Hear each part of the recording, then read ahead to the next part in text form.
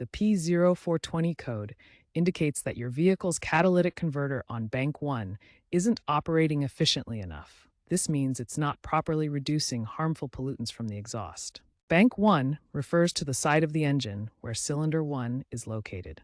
The ECU monitors the pre- and post-catalyst oxygen sensors, and if the downstream sensor readings fluctuate too much or become too similar to the upstream sensor, the P0420 code is triggered. This suggests the catalyst isn't converting pollutants effectively.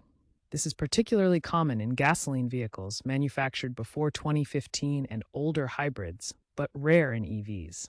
Because modern ECUs can be reprogrammed to recalibrate sensor thresholds, a P0420 may be due to software rather than hardware issues. The most frequent causes of the P0420 code are a degraded catalytic converter, often after 100,000 miles, malfunctioning oxygen sensors, exhaust leaks, or engine performance issues like a rich or lean fuel mixture.